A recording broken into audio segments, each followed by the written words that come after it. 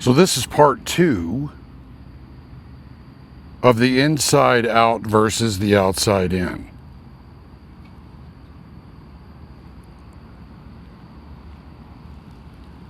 So I'm going to start with this, and I want you to think about it.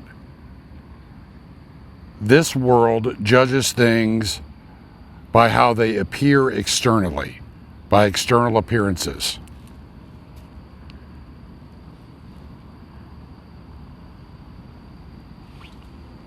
Now think about that.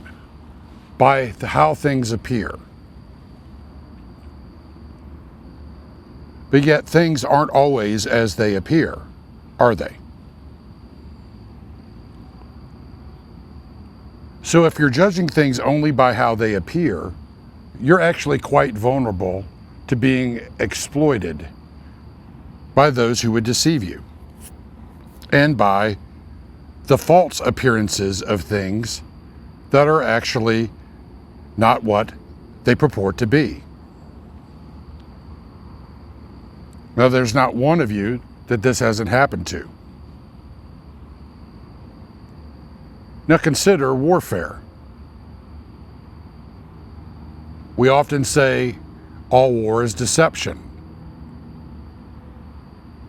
Now think about that. If all war is deception, and you're judging things only by how things appear, and that makes you vulnerable to being deceived,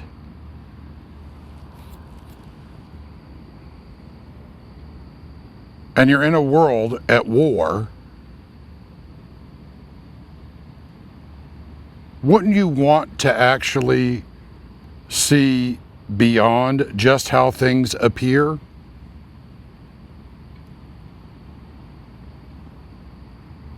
After all, so much of your technology and so much of what the kingdoms of this world and the governments of this world use to rule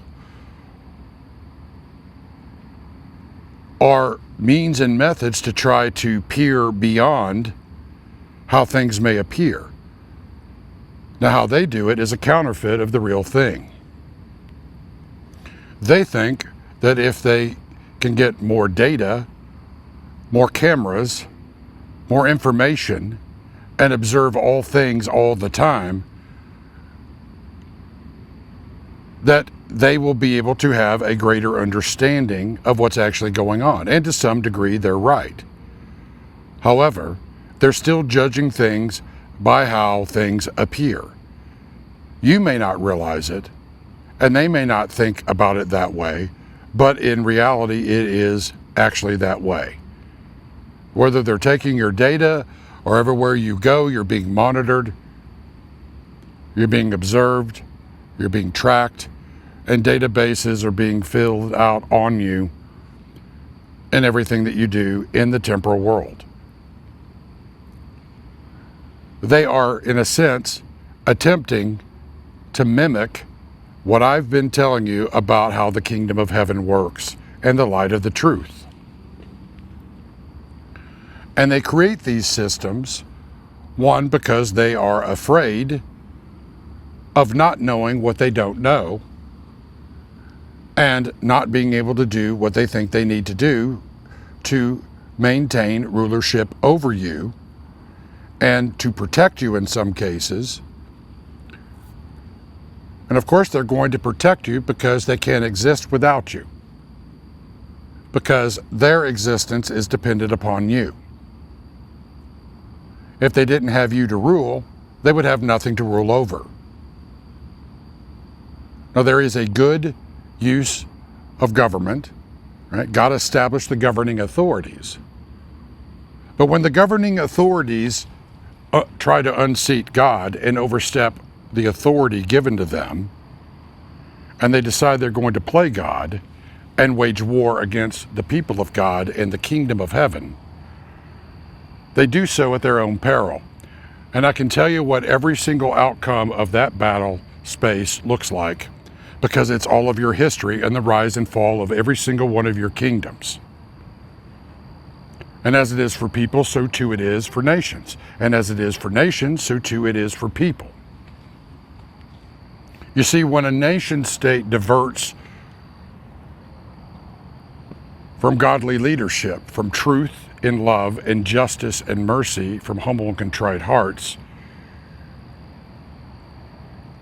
what it does is it accepts counterfeits of the real. And so it corrupts everything, and then the governing authorities ultimately become corrupted, and ultimately what is created is oppression, authoritarianism, the destruction, right? The destruction of freedom and liberty. And in a sense, you get what you pay for, right? You get what you choose. In other cases, there are nation states that the people have had no choice. It's been forced on them, right? And the nations that are like that are always seeking to attack, right? To unseat the freedoms and liberties of other peoples and other nations, because they see it as a threat, because if their people ever got freedom and liberty, they would lose their control and power over them. So you see how these things function in this world, like the shadow on the ground in my last talk in part 1. When a government, like a nation or a person, departs from God and decides that it's going to play God, it loses the authority that it has by God to actually rule. Because what it does is it actually removes the foundation beneath itself, and eventually creates the conditions for its own downfall because of the choices, decisions, and actions it takes in its own wisdom and its own works, which ultimately is a sowing of the wind, and they reap a whirlwind, and they bring themselves down off their high horses, and in their arrogance and pride come tumbling down to the dust of the ground. And usually when that occurs, we call that a war. It almost always happens in wars. Sometimes it happens in natural calamities, right? But usually it's in a type of warfare. And what usually happens is great destruction. So like I said in the last talk, right? Ashes to ashes, dust to dust. Well,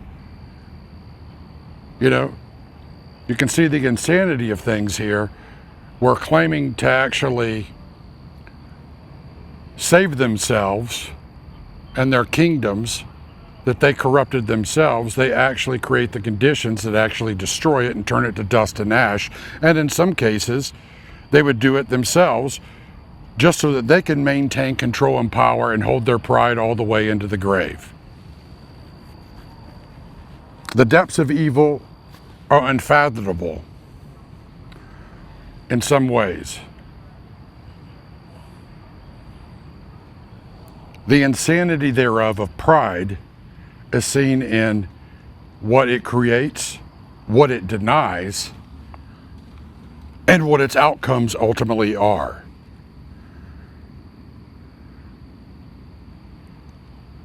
So when a kingdom, a nation, an organization, right, a company, or people judge things only by outer appearances, they are extremely vulnerable. They're vulnerable not only to being deceived, but being enslaved, being destroyed. But you see, because the kingdoms of this world are in darkness, and because they are in many cases at war, at enmity towards the kingdom of heaven, right? The kingdom of light, the light of the truth. What they do is try to mimic it and wage war against it And then when they think they've gotten enough power and control, having trampled down people, they go to try to silence anything that is true, try to confuse people, try to turn people against one another, right? They rule, they create the chaos in fear and confusion and division and conflict because they use it as a tactic of war to try to continue controlling and maintaining what their illusion of power and control is. They are projecting their own fear, their own confusion, and their own arrogance and pride on everyone else. But the irony is in doing that, they actually expose what they are, they weaken themselves, and they become even more myopic and darkened in their minds, not seeing their own vulnerabilities and how they will be exploited. This is how your world works. This is why it never changes. That's why it has to be judged. All things have to be made known, and all of these things have to be exposed. Because the way that your world has worked in the ages before created that paradigm. And it is one of death, destruction, deception, right? Fear, confusion, enslavement, suffering, pain.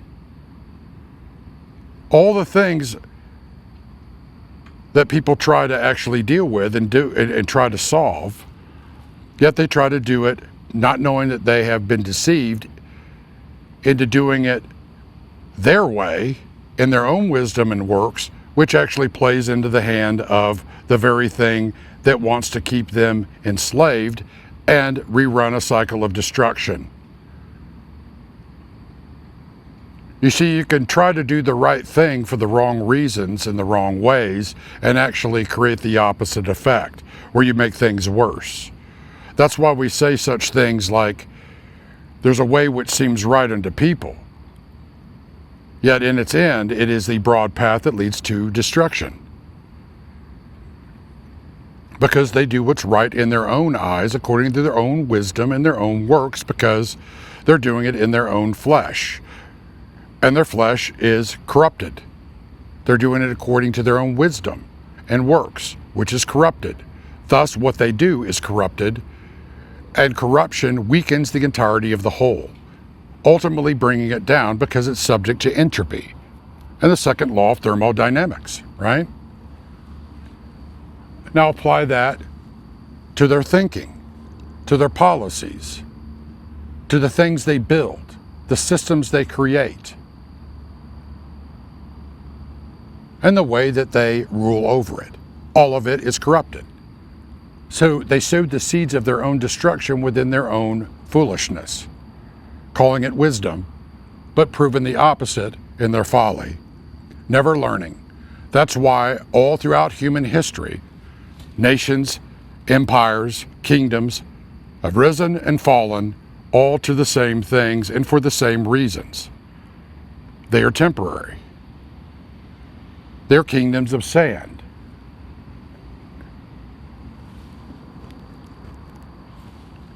Do you understand what I'm saying? Everything about their world is about appearances. It's the outside in. That's how they rule. They want to dazzle you with the appearances of things, but guess what? Fool's gold looks pretty cool. But there's a reason why it's called fool's gold. It may be shiny and may grab your attention, but it's not the real thing. It's a counterfeit.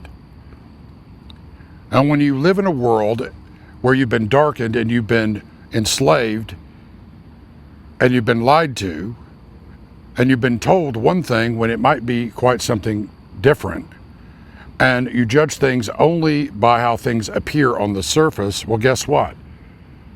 You're already deceived.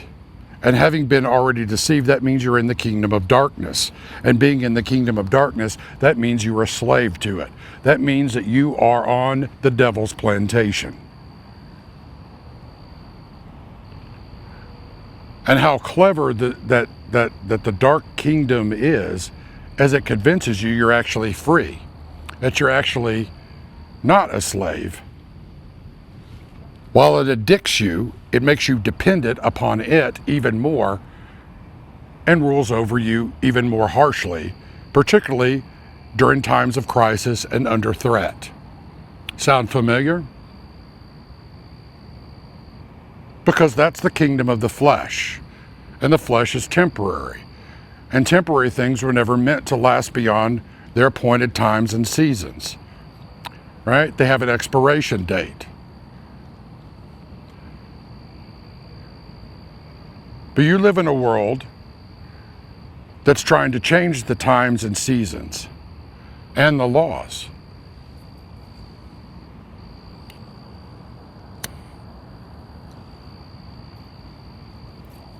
You're in a world where they are misappropriating, misapplying, misusing, and misleading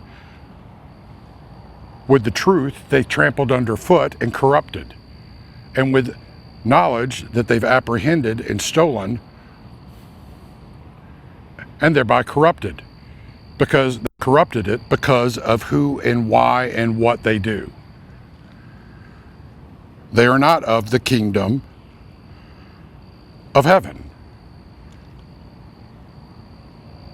Their kingdoms are all built in temporary, and they've deceived themselves into thinking that they can make them last eternally using temporal means.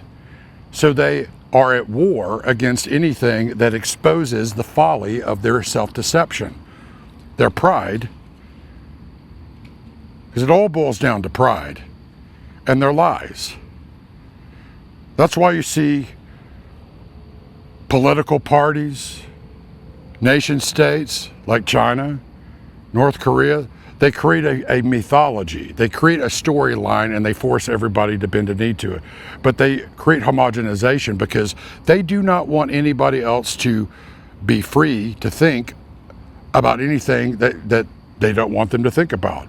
But here's the folly, is they don't even have that control. Everybody just is forced to play along and be complicit and compliant because they rule by threat, by fear, right? By confusion, by coercion, right? So that's very important to understand because that's exactly how addictions work too, right? Tyranny is tyranny, whether it's on a micro scale or a macro scale. And so the greater their technology, the greater that they get knowledge and apply it, right? The more that they think that they're godlike in their status and their ability to control all things. And then they deceive everybody else into thinking that too. And so they rule with fear and terror over them. But they always promise them a new utopia of freedom, a utopia free from rules and regulations, a utopia free from responsibility, a utopia of ultimate pleasures. They're always trying to create their own utopia, but they always give you the opposite, dystopia, oppression. You see, that is the way of the world. That is the way of the beast of beasts, the Nakash. It's double-minded and fork-tongued. It will tell you one thing and do another. It is called deception for a reason, and it's crafty and cunning because it's that good at it. So good at it that most people never ever see it until it's too late. That's the nature of a predator.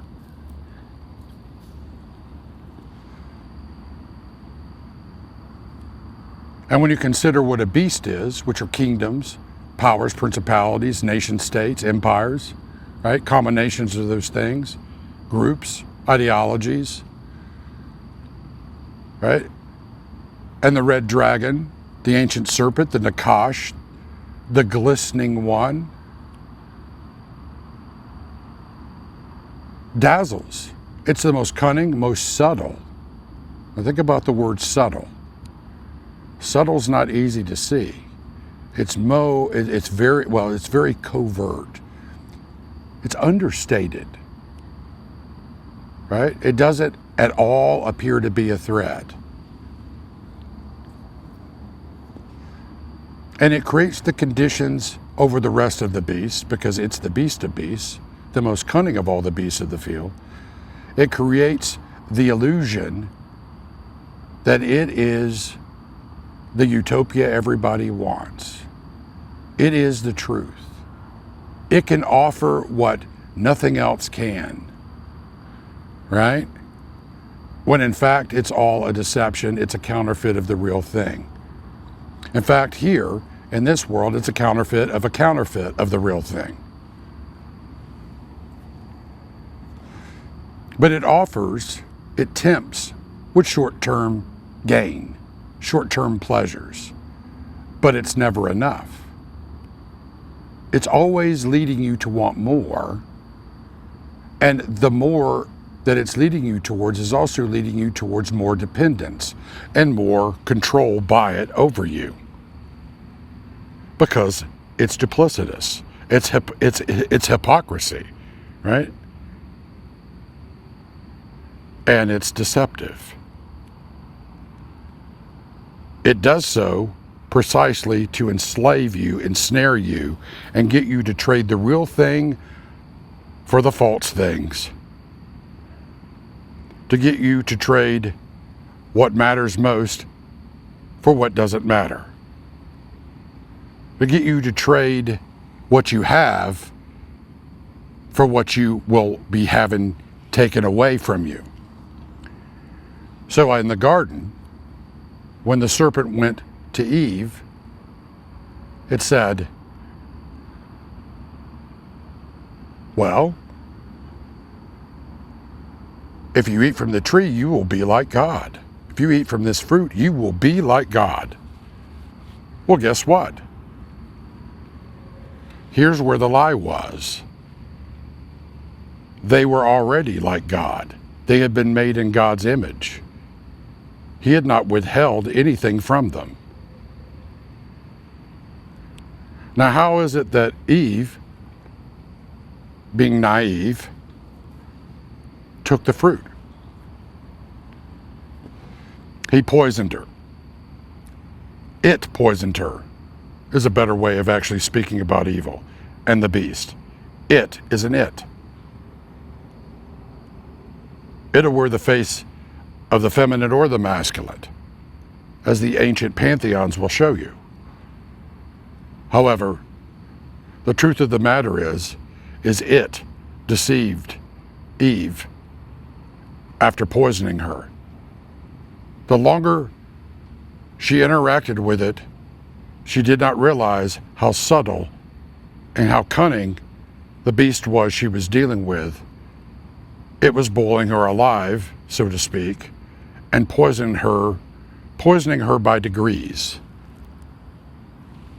prepping the ground, luring her in to deceive, to steal,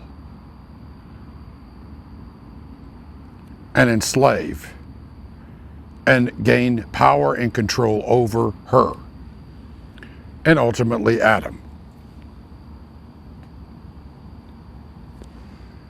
They both made their own decisions based upon their own volition, but they were deceived.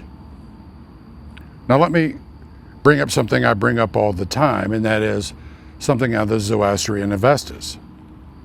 The Zoroastrian religion, the Magi who came to see Jesus, baby Jesus, right? That was their religion. They were Zoroastrian, the Magi.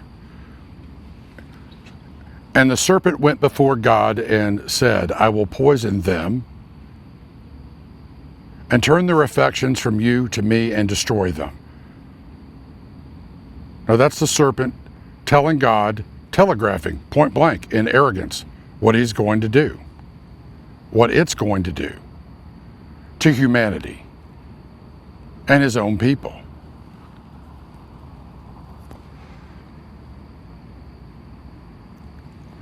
So, you see what I mean by poisoning? The word in the ancient Greek is pharmakia. It means to drug or poison, to make toxic, to pollute. Now, what has happened to the entire world? What has happened to us during COVID, right? What the serpent in that mini story was saying is, I'm going to wage war against you by attacking your creation and those whom you love. That plays out in war every day and in criminality every day. If they can't get to you, they always try to get to your loved ones. They try to find some weakness, some way to attack you, to destroy you, and make you pay the price. Right? I know, because I've had it done many, many times. But you know what? They're fighting the wrong thing, because God will always give me victory. Because no weapon fashioned against me, nor those that are with me, nor my family or my friends will prosper. It will always be broken and turned around and used against them. And instead of evil being done with it, good be done with it, and evil being exposed by it. Because my strength is not in me, nor my flesh, and I am not alone, because I'm in a kingdom that is eternal, and nothing temporal will ever defeat an eternal kingdom, nor the light of the truth when it is in darkness. So the darkness, by waging war against us, actually exposes everything that it does in the darkness and tells us everything it's going to do. That's not how you win a war, now is it? But it is how you lose one, and it's already lost. It's just playing out in the here and now, at every level. Because, guess what? It can't exist without us. I rule over it. It does not rule over me. It does not have dominion over what is eternal. Now, does it try to use the box, my own flesh, right, against me? Yes. But my identity is not in the flesh, and I'm not in a kingdom of flesh. I'm in a kingdom that is eternal, the kingdom of heaven, and it is a kingdom of light. And the light exposes what is in the darkness, and the darkness flees from it. Which is why God always gives me victory over it. Because my strength is in Him. And that's an eternal strength. It's an infinite strength. He is my light. He is my King. And He shows me in the light of the truth what is happening in the kingdoms of darkness, revealing it all. Nothing is hidden from heaven in the kingdom of light, in the light of the truth. So though this world judges things by how things appear, that kingdom sees things by how they actually are, beyond how they just appear. And in that being the case, it puts what does appear on the surface into its proper context while exposing the depths thereof behind it. You understand what I'm telling you?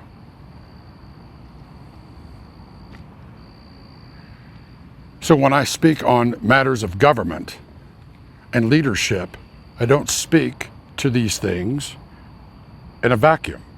I speak to these things with authority for a reason.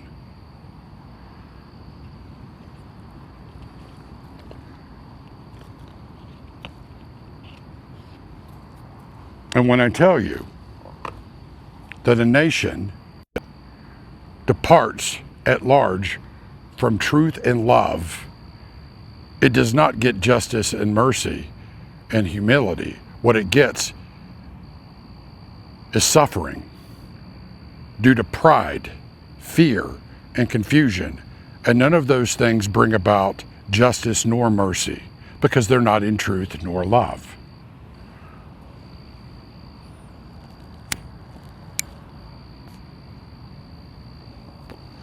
That's why they will always fail. And that is why people like myself always warn peoples, tribes, tongues, and nations as to what the consequences will be when they depart from the way of truth and love. We warned because we love people and we don't want to see them go down that path. But we also warn them, if they make that choice and they remain on it, what the consequences will be for having done so. Because having done so, they're choosing to wage war against something that they can't defeat, that's already won the war, using something that's already defeated, the temporal and the darkness. And the more that they attack with darkness, the more the darkness is exposed. It's a zero-sum game. You understand what I'm telling you? All of these kingdoms of sand, silicon, and glass are under a greater dominion than that of the darkness. They belong to the kingdom of heaven, which sustains it and rules over it. It is about to expose all of it for what it is and what it's been doing and why. That's why we say that the kingdoms of this world are passing away. It's the already and the not yet. But the not yet is soon to be. Look around you. What do you see happening in your systems, in your nation states? Do you not see entropy, degeneration? Right? All things are being tested. All things are being tested to see what they're of, right? What they're made of, right? And those running them, what they've done and what they're going to do, and who and what they actually serve. All things are being exposed.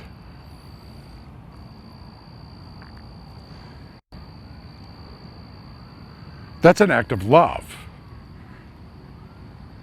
But you see, those that are in the kingdoms of darkness see that as a threat. Well, it is a threat to them because they're in lies, because they're prideful, they're arrogant, and they prefer their deeds done in the darkness and to try to hide it from everyone else, because if everybody figured out and saw what they're actually responsible for, well, they'd be humiliated and destroyed, with everyone and everything seeing that they've actually been the ones destroying and deceiving everybody else. Funny how that works, isn't it? They always project what they're doing, what they've done, and what they plan to do on everybody else, exposing it all. Because in their darkness and in their avarice and hubris of pride and arrogance, they're waging war against something that they neither see, they know, nor do they understand.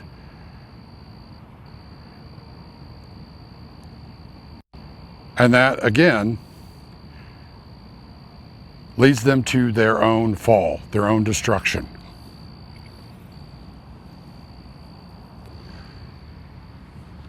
Because if all you can do is judge things by how things appear, well, guess what? That's a double-edged sword. And now it's being used against the ones that have used it against everybody else. But our sword is a sword that is not limited to the externality of the temporal world. It cuts all the way into the unseen. And it is a sharp two-edged sword. And it is the living word, right? The living word of God, the Logos, the sharp two-edged sword of the truth.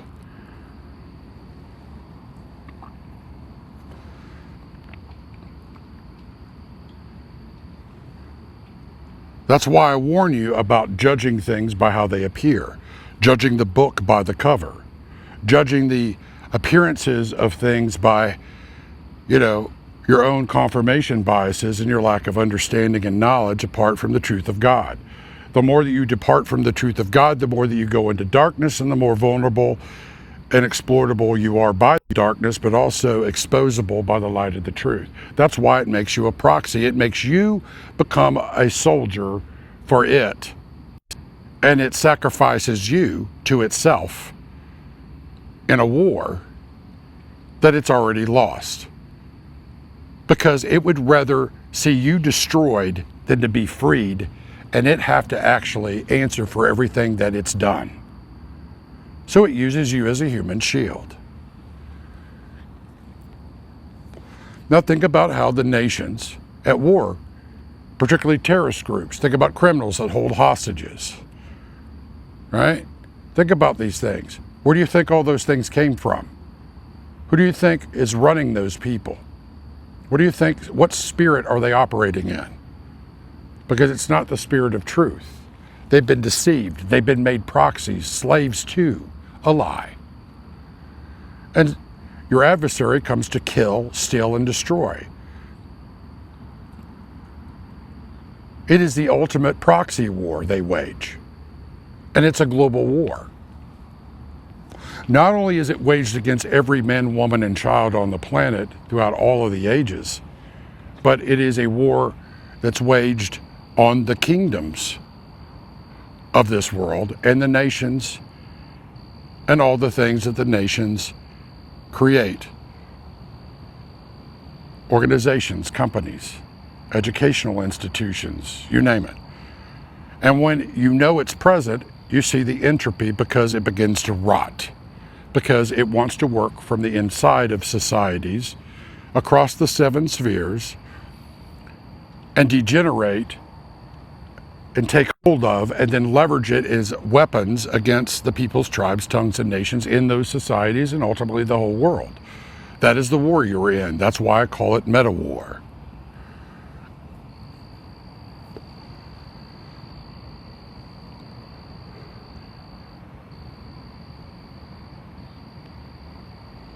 Now, I can tell you these things, and I also understand that many of you will deny them outright if you've gotten this far.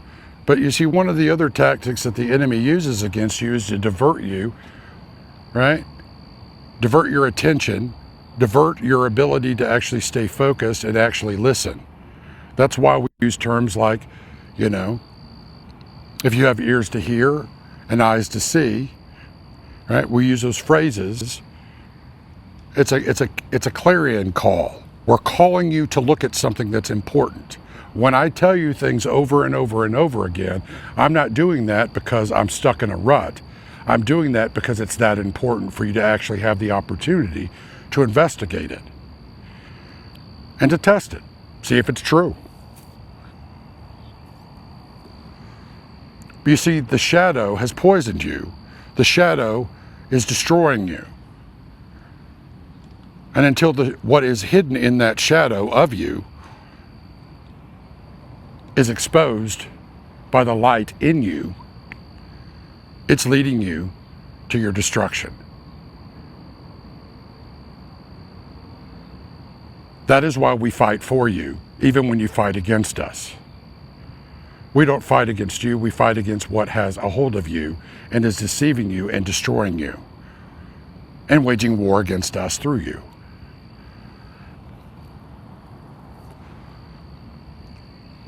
Do you understand what I'm saying?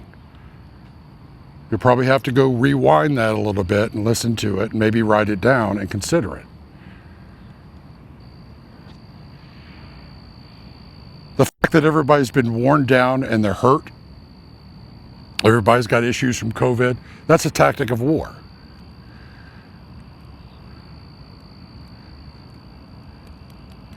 Because if they can wear down the enemy, their enemy, right? They're more easily to defeat, to dominate, to manipulate, to force compliance to make you be complicit with.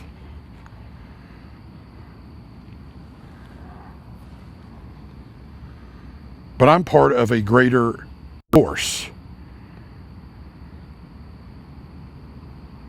A greater force that will, and indeed already has, victory over what we're dealing with here. It's just playing out in the temporal linear.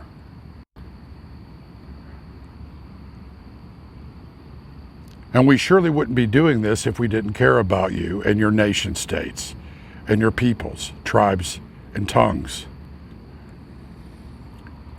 If we didn't love you, we would not be waging war for you, even when you are waging war against us. When we're not fighting against you, we're fighting against what has a hold of you.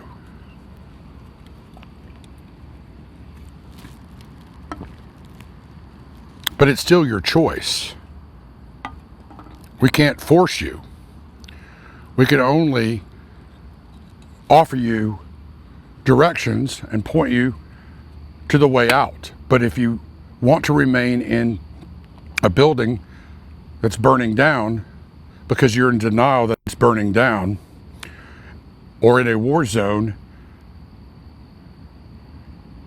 and you're being used against your own people, against your own best interests, and that of your friends and family,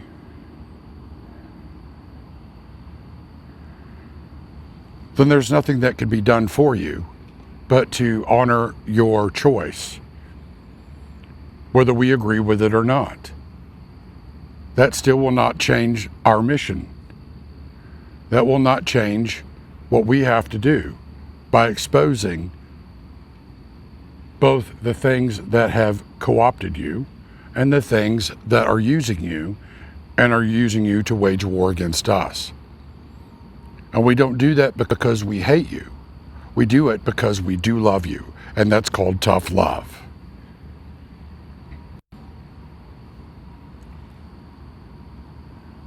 And that's why I say, as it is for people, so too it is for nations. You see, if you can't see beyond the external appearances, you don't actually know who we are, and you don't know who you really are. And the darkness will give you an endless series of false identities that you can identify with and call yourselves in the temporal, in the flesh. And if there's something that's being employed against you right now, it is that. Everything's about identity. Identity politics, right? Your identity in your sexuality, your identity in your job, in your ethnicity. But all of those things are deceptions. They divert you from the real thing, and they're all based in what is passing away and what is the temporality of your temporary box, your mortal coils. And just like the nation states that are temporary and always sow the seeds of their destruction, if your identity is based in that, you likewise are sowing to the flesh and being deceived and led to your destruction. And just like the cities, so too will your flesh be consigned to ashes and dust to dust, leaving you with nothing but heartache and suffering. You are created to be so much more than what the temporary can offer you, what the shadows can offer you, what your addictions and your sins can offer you. But you're running out of time. And the war is getting more intense. And I can tell you how this war ends. And it's not with the things that you're putting your trust in, your hope in, and that you are enslaved to, in the darkness, and the deeds thereof done in the darkness, nor in that which is temporary. Which is why I tell you these things, hoping that you will come to your senses and come to know the light of the truth, so that the truth can set you free, and that you can